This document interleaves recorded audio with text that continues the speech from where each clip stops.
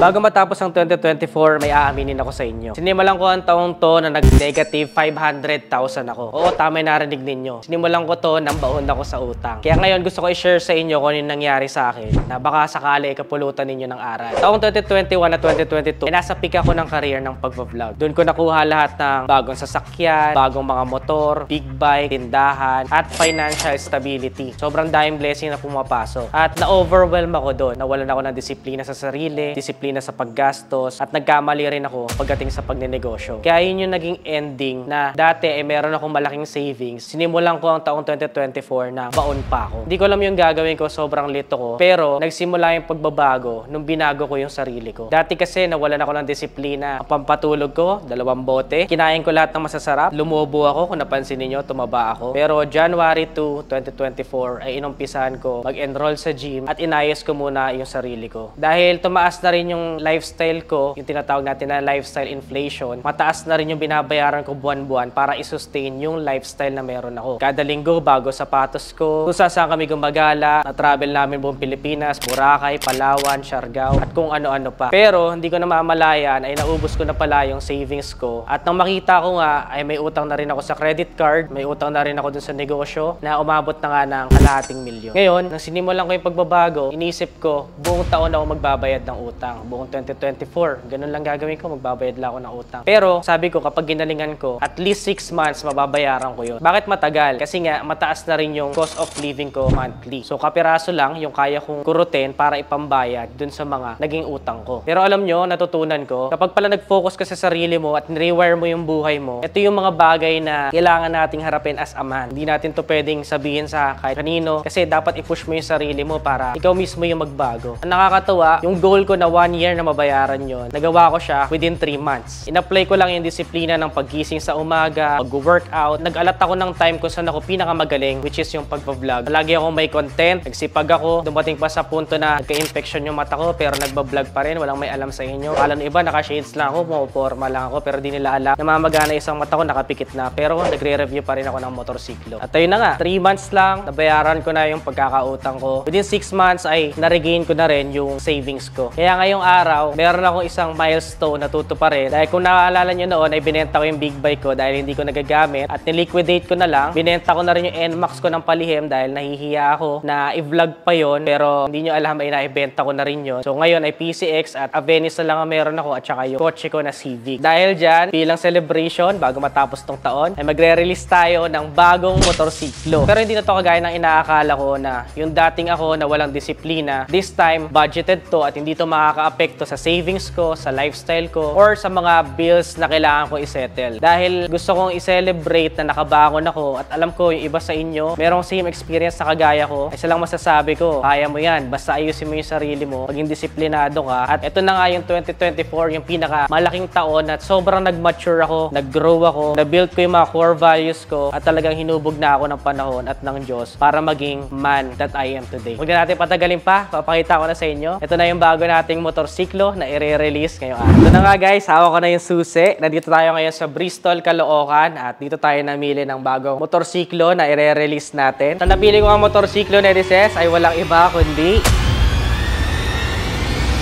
ang Fortress 400. Kumalala nyo last time ay nag-sports bike tayo at hindi pala siya para sa akin dahil pag sinasakyan ko pa lang siya ay hindi na inviting na mag-ride. Kaya hindi ko talaga siya gaano nagamit. 1,000 kilometers lang yung tinakbo noon sa kanyang odometer. At kilala nyo ako na scooter guy ako. Mahilig talaga ako sa automatic lang. Kaya napili ko ay Maxi Scoot dahil ito siguradong magagamit ko na. Hindi ako tatama rin na gamitin, ilabas sa garahe. Napakalapad ng upuan, upright sitting position, napakalapad din ng kanyang meter panel. At ang pinakagusto ko sa kanya ay meron siyang key card na tap ka na lang parang hotel. Pag tinap mo ay mag-o-open na yung motorsiklo.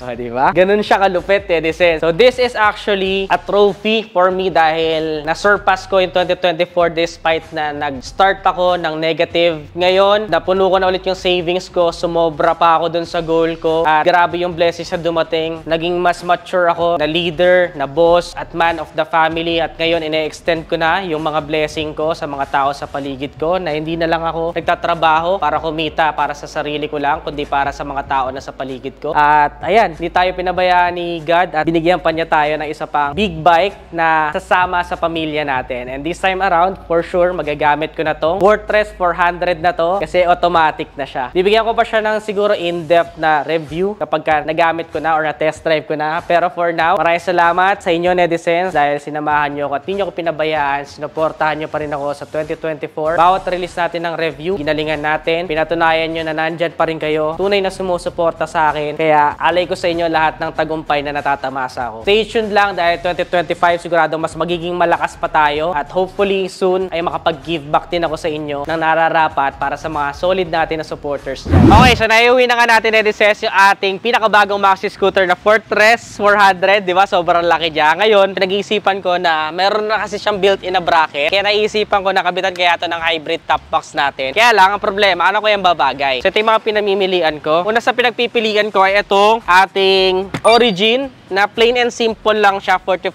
liters. Pwede kasi itong kapitan ng mga stickers kasi nga, flat lang siya eh. Ayan o. Sobrang simple lang niya. Tapos, budget friendly pa to, 2.7. So, ito yung isa sa pinagpipilian ko. Kaya lang, medyo big bike kasi to. So, I'm looking for something na medyo mas madiin pa. So, since silver itong ating Fortress 400, netizens, ang silver natin dyan na magandang kabit ay itong ating hybrid na anti-scratch. So, isang kulay lang kasi anti-scratch natin. Ito naman, pwede sa maselan. Kung gusto mo na hindi nagagasgasan yung top box mo kahit na anong kumaskas dyan, ito yung pinaka may re-recommend ko para sa inyo. Wala na kayong intindihin. Ngayon, itong isang to ay may mga design siya. Fully design yan. May free na backrest na rin. Pati yung TIG 2.7 natin. Lahat ng hybrid top box natin may free na backrest. Para kung mapapansin nyo kasi yung seat natin sobrang lapad. Ayan, oh. May sandalan yung driver. Ngayon, dapat may sandalan din yung angkas, di ba? Ngayon, isa rin sa iniisip ko kasi ay 45 liters lang to. Kung siya yung kakabit natin na ganyan, 45 liters lang siya. So, may pagka maliit pa rin siya kapag ka nakapatong na sa motor. So, gusto ko sanang sumagad since maxi scooter to na 400cc. Sagad natin ng pinakamalaking hybrid top box natin which is 55 liters. Feeling ko, ito yung pinaka babagay dito sa Fortress 400 ko. Kasi tignan nyo, binuhat ko pa lang, nakita ko agad yung difference kung gaano siya kagaan dahil plastic lang ito. Pero pwede kang sumagad ng 55 liters kasi yung iba, di ba, ang sinasaalang-alang nila, mabigat na kayong big bike mo, mabigat pa yung top box mo. Itong isang to, dahil plastic siya, good premium quality plastic, ay magaan pa rin siya kahit sumagad ka ng 55 liters. Syempre, bibigat na lang yan, depende sa ilalagay mo sa loob. Pero yung box mismo ay hindi makaka-contribute na magiging sobrang bigat yung, o, diba? O, yun, o. O, sakto nga to. Hindi siya mukhang pilit na top box kasi ang laki niya eh. Sakto, ang lapad din ng motor, ang lapad din ng top box. Actually, kahit sa NMAX ko, before ay, ito yung kinabit ko. So, meron na din tong free na backrest, pwedeng sumandal yung angkas ninyo. Maganda sa Fortress 400 natin ay meron na siyang built-in na bracket. At yan na nga, netizens, sa kakabit na. Kita nyo naman, bagay na bagay sa kanya, di ba? 55 liters talaga yung pinaka the best sa pangdiinan para dito sa Fortress 400. Maxi scooter, pwede kang sumagad ng 55 liters. Magaan pa rin yung motorsiklo mo. Madami ka pang pwedeng ilagay. Bukod sa malaki na seat storage nyo ito, dinagdagan pa ng malaking top box. Pwede na ako mag long ride ngayon. Kahit Philippine loop pa yan. Lahat ng yan, netizens, ay available sa aming Shopee, Nedishop. Or pwede nyo kami i-visit personally dito sa aming Nedishop na located sa Santa Rosa, Laguna. Nasa Google Maps or Waze yan. Kung gusto nyo to, netizens, make sure na regaluhan mo rin yung motorsiklo mo ng hybrid top box. Yan yung pinakamadiin na top box ngayon sa buong Pilipinas. Wala na kayong magagawin kundi mag-check out or i-visit kami dito personally sa aming shop na located sa Santa Rosa, Laguna. Bibigyan ko pa kayo ng freebies, discount at stickers dahil holiday special natin. Kung nagustuhan mo to, netizens, ay don't forget to give this video a thumbs up at abangan ninyo ang mga susunod ko pa journey kasama netong Fortress 400 at kung may suggested kayo ng name, paki-comment naman dyan para pangalanan natin siya. Pero for now, enjoyin ko muna to. Sana makapag-rides din tayo. Again, this is Adriano. Always keep it cool. Ride safe always.